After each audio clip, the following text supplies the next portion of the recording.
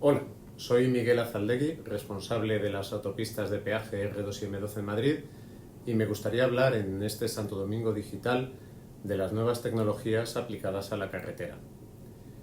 A lo mejor, antes que de las nuevas tecnologías, tendríamos que hablar primero del estado de conservación actual de las carreteras en España. El estado es sencillamente malo en la red secundaria, aceptable en gran parte de la red de gran capacidad y muy bueno en algunos modelos concesionales, pues como son las autovías de primera generación y algunas autopistas de peaje. Aparte de lo que el usuario pueda ver y sufrir, la industria, a través de SEOPAN, la Asociación Técnica de la Carretera, etc., llevan tiempo alertando de la falta de inversión y del deterioro que sufren las carreteras. El año pasado la inversión cayó a niveles de 2014. Casi peor, según SEOPAN, el Ministerio de Transportes no llega a ejecutar el 70% de su presupuesto. Esto es, deja sin ejecutar el 30% de los presupuestos más bajos de los últimos años. Esta falta de inversión se combina con malas decisiones para la conservación que se tomaron hace unos años, con los incrementos de peso por eje para los vehículos de mercancías y la entrada de los megatrailers o los trenes de carretera que han supuesto un deterioro acelerado del firme. Estando en esta situación y con las nuevas tecnologías que aparecen continuamente, alguno puede plantearse si se puede sustituir inversión por tecnología. A corto plazo, seguro que no.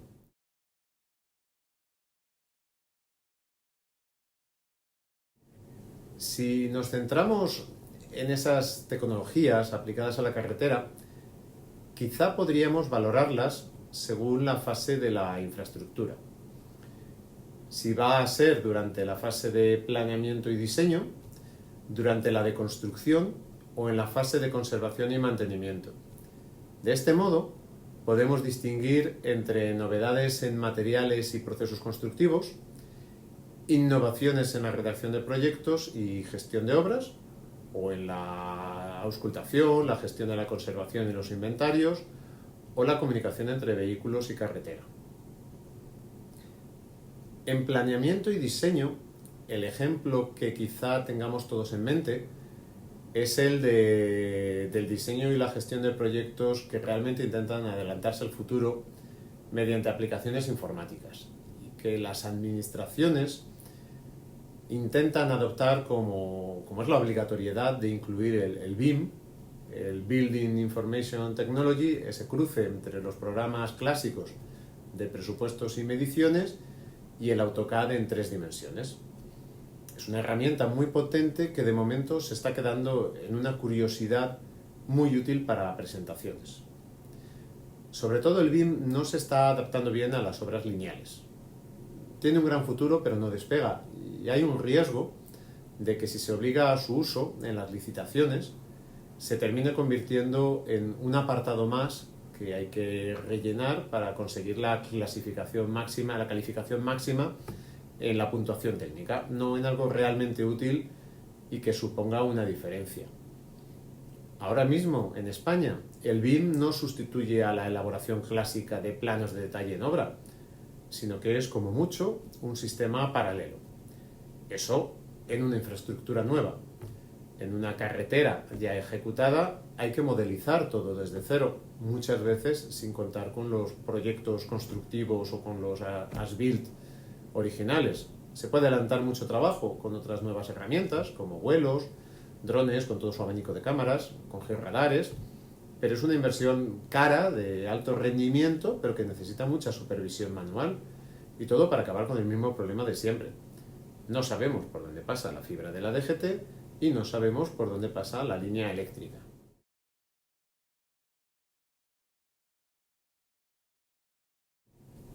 En la fase de construcción, quizá no cuenta tanto lo que se puede conseguir con nuevas tecnologías, sino lo que se puede aplicar.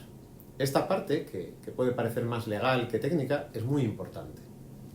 Un ejemplo de éxito comercial es el marcado CE en barreras de contención, y cómo la combinación de la adaptación a la legislación europea y la proactividad de algunas empresas han conseguido que sea obligatorio.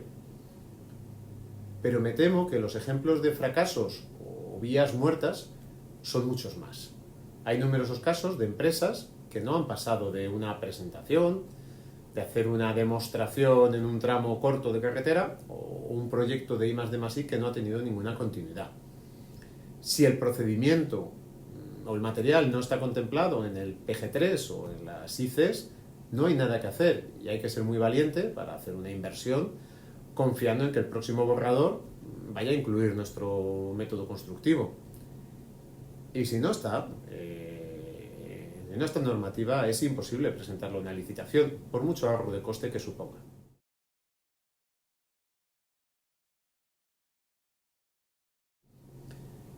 Respecto a la conservación, pues me temo que aún está en el pasado. Quizá empezando por los sistemas de gestión y reconocimiento de estado. Hasta ahora, los pliegos de prescripciones técnicas del Ministerio de Transportes eran arcaicos, como se podía ver en los distintos tipos de letra de los anejos. Podríamos pensar que hay esperanzas, ha salido una nueva versión para la licitación de la conservación de los próximos tramos de autopistas de peaje que se van a liberar, concretamente de la AP7 y la B30, y que se publicaron hace unos días. Lo que pasa es que si los miramos con detalle, lo que realmente aportan es más incertidumbre y la promesa de gastos imprevistos. Literalmente se dice: actualmente los sistemas de gestión de la Subdirección General de Conservación en materia de inventarios y reconocimientos de estado son Terex GSM, Inca, SGP, Sistema de Gestión de Puentes, y SGF. No obstante, dichas aplicaciones se encuentran en fase de evolución e integración entre ellas, por lo que el adjudicatario estará obligado a emplear en todo momento las aplicaciones, actualizaciones o nuevas que la propia subdirección indique en el transcurso del contrato. Lógicamente, las empresas son reacias a invertir en programas nuevos cuando los suyos tienen pocos años y no está claro el estándar futuro y que cualquier inversión no va a cambiar la cuenta de resultados a mejor. De ahí la resistencia a adoptar un estándar o un programa común y el poco interés en dar formación y medios al personal no técnico. No vayamos a pensar que no hay nuevas herramientas prácticas y muy potentes. El mismo cambio que han supuesto los LED frente a las bombillas, pues lo tenemos con las cámaras de tráfico para exterior, con visión nocturna, infrarroja o láser, las cámaras de túnel con sus sistemas de detección de incidencias por reconocimiento de imágenes, o las cámaras embarcadas en los vehículos de conservación que transmiten la imagen por GPRS o 4G y que complementan perfectamente a las aplicaciones de gestión de flotas por GPS. Hace un tiempo que las cámaras embarcadas se ofrecen como mejora en los contratos de conservación y permiten a los jefes COEX tomar el pulso a situaciones complicadas sin necesidad de llamar a todos y cada uno de los conductores de las quitanieves o perderse ellos mismos en la nieve. Es verdad que en medio de una nevada de noche pues no se ve más allá de 30 o 40 metros, pero muchas veces eso ya es suficiente para el jefe COEX. Otro ejemplo de la tecnología que ha explotado en los últimos años es la toma masiva de datos, empezando con las auscultaciones, con aparatos que miden el CRT, el IRI o las deflexiones cada centímetro o incluso cada pocos milímetros. ¿Dónde quedan las mediciones de cada 10 metros y los resultados por hectómetro? Ahora mismo los tenemos prácticamente palmo a palmo. También dentro de la toma de datos hay que destacar pues, el uso de vídeos georreferenciados, que luego se pueden analizar con software de reconocimiento de imágenes, pues para hacer inventarios de miles de señales, aunque quizá el becario o el junior encerrado en un sótano sea más común de lo que debería. Son muy fáciles de usar en proyectos de rehabilitación de firmes o en inventarios, aplicaciones de móvil que permiten referenciar un vídeo con Google Maps para luego trabajar en gabinete cómodamente. También es verdad que hay gente que usa directamente el Street View de Google para hacer el trabajo sin moverse de casa. Y no deja de ser una nueva herramienta, que además muy barata. Lo que pasa es que la calidad de los datos pues no es la misma. Lo que hay que tener en cuenta es que son herramientas muy potentes, que generan una cantidad de datos abrumadora y que luego estos datos, muchos de ellos no se usan en el análisis. Eso sí, su almacenamiento y transmisión ahora mismo es ridículamente barato, comparado con hace solo 5 años. Pero pese al abaratamiento y la cantidad de información disponible, las nuevas herramientas pues, no alcanzan todo su potencial, porque el procesamiento y la actualización recaen muchas veces en lo manual. En programas ad hoc de pequeños desarrolladores que tienen poca o ninguna conexión con otros programas que podrían usar los mismos datos para otros fines. Y eso lo vivimos con todos los sistemas de gestión independientes que utilizan las administraciones y que hasta los pliegos más nuevos mantienen, como acabamos de ver. Eso sí, sujeto a la posibilidad de cambio en cualquier momento a costa del adjudicatario. En realidad, el problema se reduce a un tema de compatibilidad de bases de datos, pero cada desarrollador quiere proteger su aplicación, algo completamente lógico por otra parte, y seguimos sin disponer de una uniformidad, de un protocolo de comunicaciones único. Como hemos visto, muchas de estas tecnologías se basan, o al menos necesitan, la famosa digitalización de las empresas.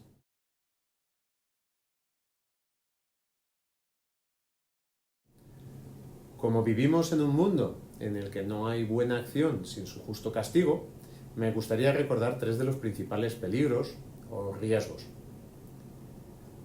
Uno sería el del fracaso en la implementación de esta digitalización. Es necesario vencer pues, la resistencia interna a nivel de empresa y diferenciar entre las posibilidades, lo posible y gestionar expectativas.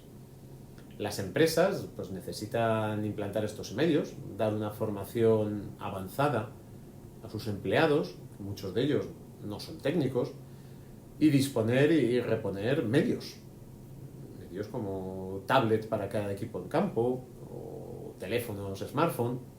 Pues es una gran inversión que no tiene un retorno en el horizonte. Otro sería la excesiva dependencia que tienen todas estas tecnologías de datos móviles. Todo funciona muy bien, por lo menos sobre el papel, mientras la conexión de datos funcione y no se produzca un corte de fibra. Pero una caída de la red, un accidente, un sabotaje, un corte de fibra y de pronto tenemos toda una empresa o un ministerio paralizados. Se suele intentar disponer de redundancias, pero son caras, no siempre son eficientes y se suele instalar después de alguna experiencia dolorosa. Y por último, no deberíamos olvidar la ciberseguridad. No solo hablamos de terrorismo digital y de hackers rusos o norcoreanos, sino de simples piratas que pueden encriptar las bases de datos de una conservadora o de un ministerio, de una dirección o subdirección, y que no van a dar la clave de descifrado si no es por un rescate, últimamente en bitcoins. Como en todo desarrollo tecnológico, aparecen oportunidades para todos, también para los amigos de lo ajeno.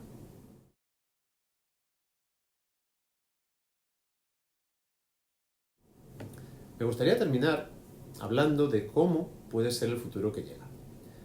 Cómo serán las carreteras en las próximas décadas. Y como está muy de moda, cómo se están adaptando a los objetivos de desarrollo sostenible. Bueno, los objetivos de desarrollo sostenible son muy buenos propósitos, pero para conseguirlos hay que trabajar. Para el Ministerio de Transportes hay 3 pilares, que son la seguridad, la sostenibilidad y la conectividad. Queremos reducir la mortalidad, queremos reducir el consumo de combustible fósil y queremos tener todo digitalizado y conectado. Bien, pero ¿cómo vamos a conseguirlo? Porque todo esto es imposible sin inversión. Y es difícil tener credibilidad cuando no se está invirtiendo ni siquiera en reposición de firmes. Deberíamos empezar a ver proyectos de I+D+I prácticos y con una continuidad que se ejecuten con un plan más allá de obtener la subvención de turno. Antes que con coches autónomos o diálogos entre el vehículo y la carretera, podemos intentar reducir la mortalidad con legislación, con una renovación del parque móvil. Los coches nuevos vienen todos con radar de alerta de colisión, de cambio de carril, reconocimiento de señales, etc. El resto, pues el tratamiento estadístico y el diagnóstico de los accidentes que se hace en España no es nada malo. Y lo que nos dice es que si llevas el cinturón de seguridad en todos los asientos y no utilizas el WhatsApp mientras conduces, reduces la mortalidad extraordinariamente. También es complicado tener transportes limpios y descarbonizados con la edad de nuestro parque móvil. O si perdemos de vista quién usa los vehículos, dónde y para qué. No olvidemos que la mayor parte de las carreteras están fuera de las grandes ciudades. Y eso nos trae la siguiente pregunta. ¿Coches autónomos y eléctricos? Sí. ¿Pero dónde? Porque en la llamada España vacía es impensable invertir en una red de cargadores y que sus habitantes compren un coche eléctrico. No hacemos más que hablar de inversión, pero una de las mejores preguntas es, ¿pero esto quién lo paga? La inversión pública ni está ni se la espera. Ahora mismo la deuda pública supera el 117% del Producto Interior Bruto y está devorada por el gasto corriente. Pero además es que hay una incapacidad crónica para aprovechar fondos europeos. Esa incapacidad para redactar y tramitar proyectos relevantes en plazo y con un nivel de definición mínima. Por eso va a ser complicado que lleguen fondos de reconstrucción. Y la inversión privada, con el clima actual, es impensable. El Plan Especial de Carreteras, el PEC, que era el antiguo PIC, obliga a que la rentabilidad del proyecto esté capada por la ley de desindexación de la economía española. Esto significa que limita la rentabilidad al bono del Tesoro español a 10 años más 200 puntos básicos. Esto, en la práctica, es una rentabilidad inferior al 4%, que se aproxima muchísimo a lo que es el bono de 10 años de Estados Unidos. Ni en los momentos más suicidas de las concesiones de autopistas sin coches, los aeropuertos sin aviones o los puertos deportivos se han manejado rentabilidades tan bajas. Esto expulsa, y además hay que preguntarse si no es intencionado, al inversor privado, que hace mucho mejor en invertir en deuda pública de otros países que en infraestructuras en España. A todo esto hay que añadir la inseguridad jurídica española. Recordemos las renovables, las continuas amenazas al sector inmobiliario y la cantidad de legislación mal concebida y cruzada que tenemos. Ahora mismo quedan 6 años para el fin de las concesiones de autovías de primera generación y no hay un modelo alternativo viable. Podríamos tener esperanzas en la inversión privada pues con el auge de la distribución de paquetería y de los negocios online. Amazon, AliExpress, las empresas de mensajería tienen capacidad de renovar flotas y hacer inversiones en sus rutas principales, pero solo actuarían en grandes ciudades y algunos ejes de distribución. Creo que ahora mismo es necesaria una visión práctica y efectiva de los objetivos de desarrollo sostenible, que corren el riesgo de quedarse en buenos propósitos e informes vacíos. Posiblemente deberíamos empezar por resolver la incapacidad crónica que tenemos para agotar presupuestos y sobre todo para generar y ejecutar proyectos de investigación y desarrollo prácticos y con futuro. Después deberíamos resolver el gran problema de financiación que tienen nuestras infraestructuras. Pero como hemos visto antes, no vamos por buen camino. Quizá todo se resuma en la necesidad de tener un plan de infraestructuras a largo plazo, coherente con nuestras necesidades y posibilidades, y que no dependa de los vaivenes políticos. Solo entonces se puede apoyar este plan de infraestructuras en las nuevas tecnologías para ser más eficiente y económico. Y con esto termino. Muchas gracias y buen Santo Domingo Digital. Muchas gracias.